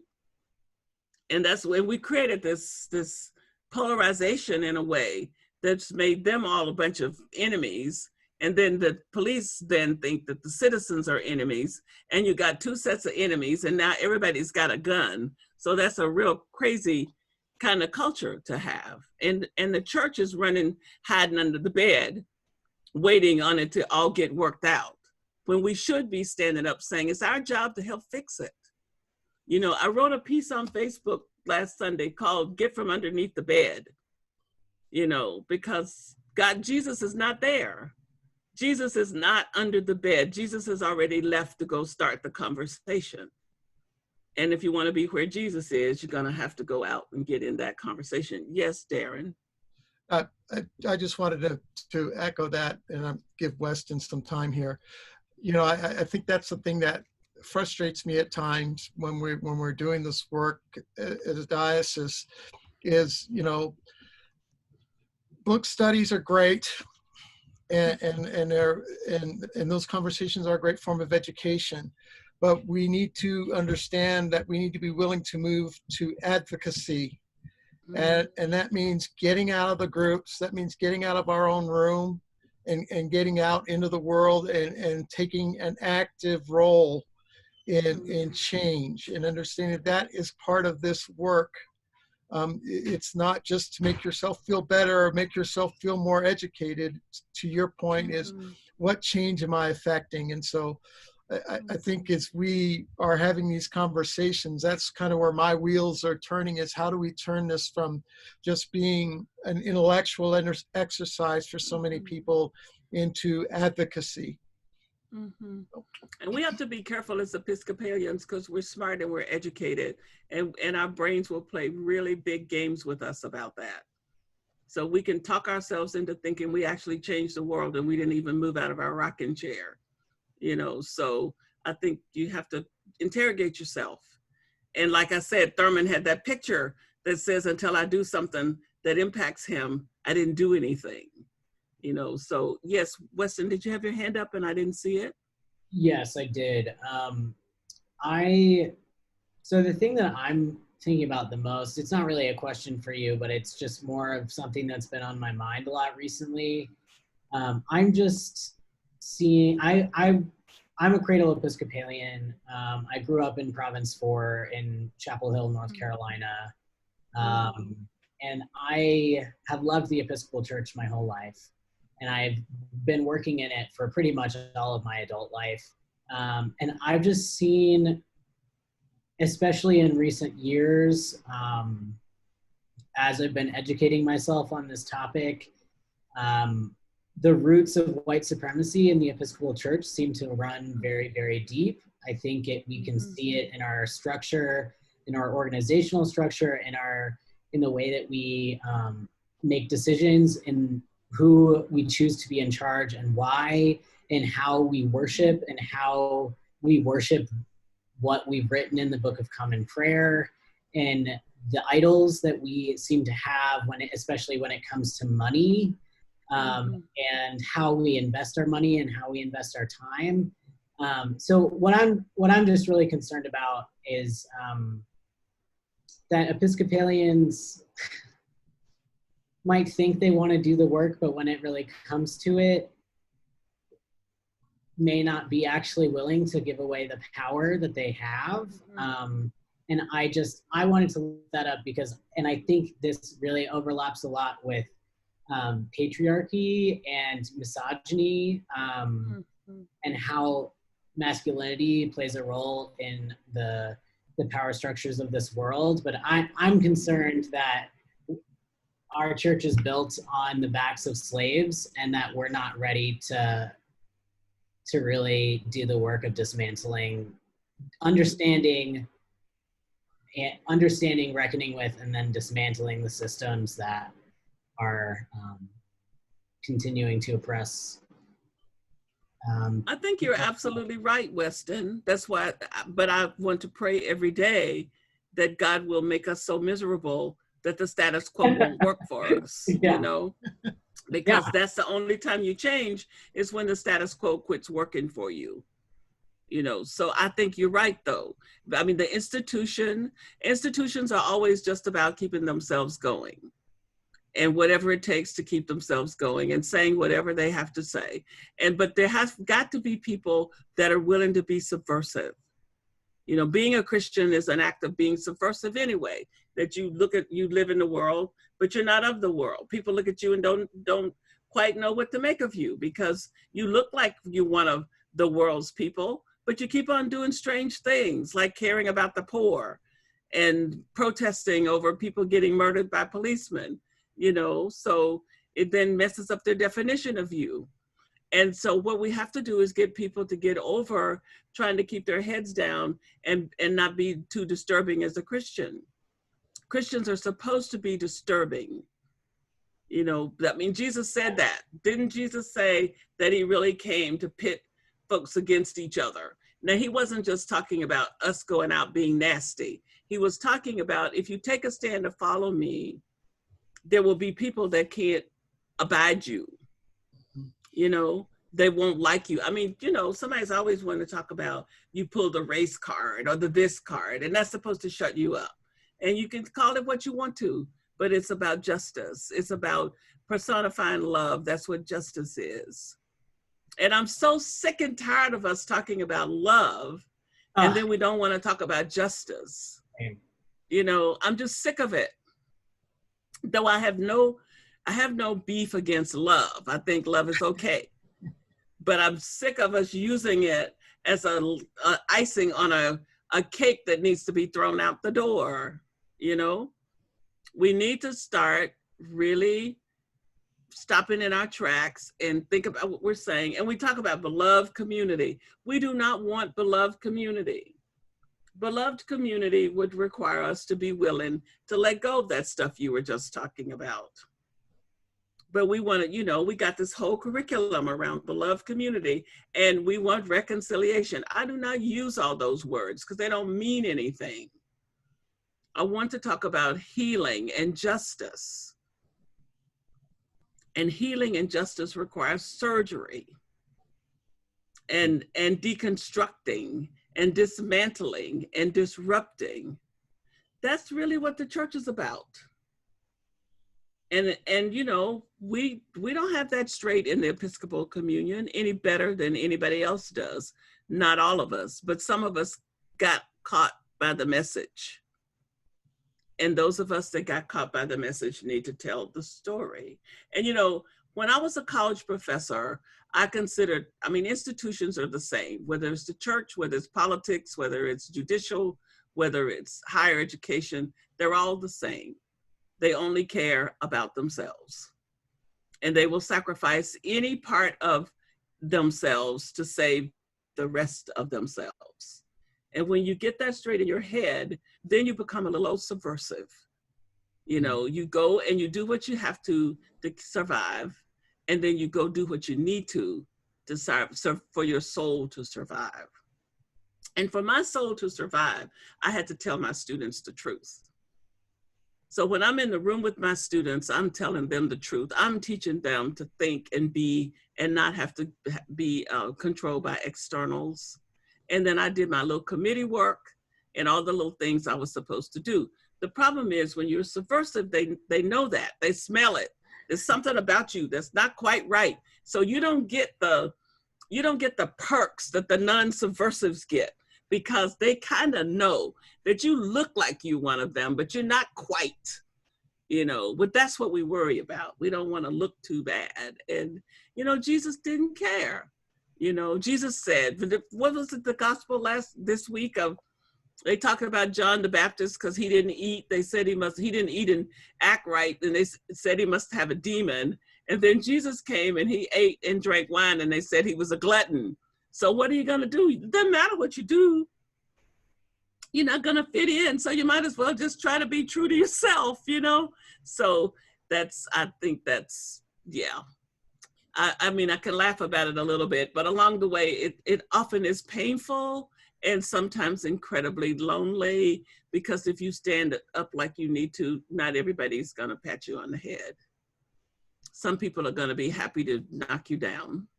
And that's, you know, that's part of the journey. So let me read this poem. I did find it in the mix of all my stuff here on my desk. I don't want to run over time here. I think I may have already. Yeah, I guess I have a minute. So if I can have another minute or two, I'll read this. The poem is called Lost, and it comes out of the Native American tradition, Native people's tradition. I try not to call Native peoples Americans, but so I don't, well, anyway, that's a story for another time. And it's a poem that's trying to answer a little boy asking his grandfather, what do you do if you're lost in the forest? And the grandfather's wisdom, this is based on a story between a little boy and his grandfather. And so the little boy is, if you're lost in the forest, what do you do? And the grandfather's response is, you stand still. Stand still. The trees ahead and the bushes beside you are not lost. Wherever you are is called here, and you must treat it as a powerful stranger. You must ask permission to know it and be known. The forest breeze, listen, it answers. I have made this place around you. If you leave it, you may come back again, saying, here. No two trees are the same to Raven. No two branches are the same to Wren. So you pay attention so you can know that. If what a tree or a bush does is lost on you, you are surely lost. Stand still. The forest knows where you are. You must let it find you. I just love that poem by David Wagner, and it's found in David White's book, The House of Belonging. And I love David White a lot. I don't know if you know David White, but if you don't, you might find him a helpful companion. You can look him up, Google him, and if you like poetry anyway. So what is the nature of race relations in the Diocese of Colorado? What is the most pressing issue facing people in the Diocese of Colorado? I would like you to think about that. See if you can tease out what is the number one most important issue that you need to be thinking about. If you're going to do something, where are you going to start? What is the most important thing? Where is the most important place to begin?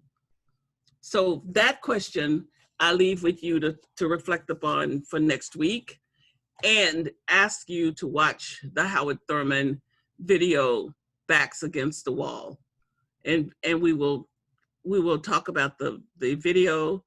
And if you don't know Howard Thurman, you might Google him a little bit just to get a little bit of a flavor. He was this African-American man from Florida who was an amazing soul, wrote a fantastic book called Jesus and the Disinherited that would be a good read for you, just to help you get a little bit of a perspective about who Jesus is to the disinherited people.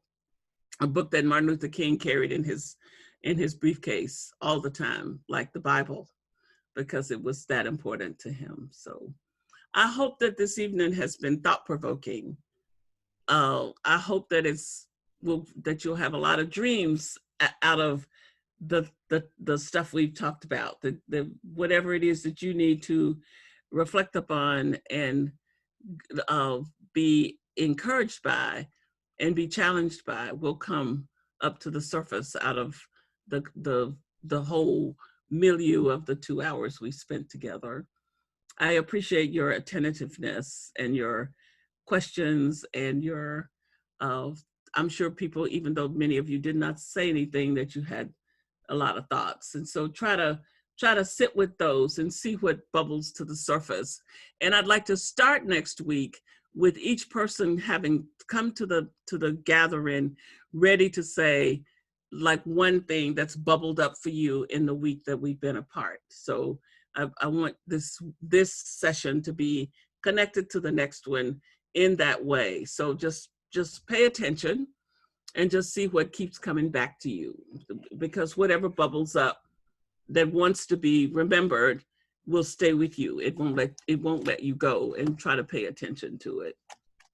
So I offer the poem as a prayer and as a closing for us. And I pray that God will be with you and that you will be a half a shade braver tomorrow than you were today, because we've been together tonight.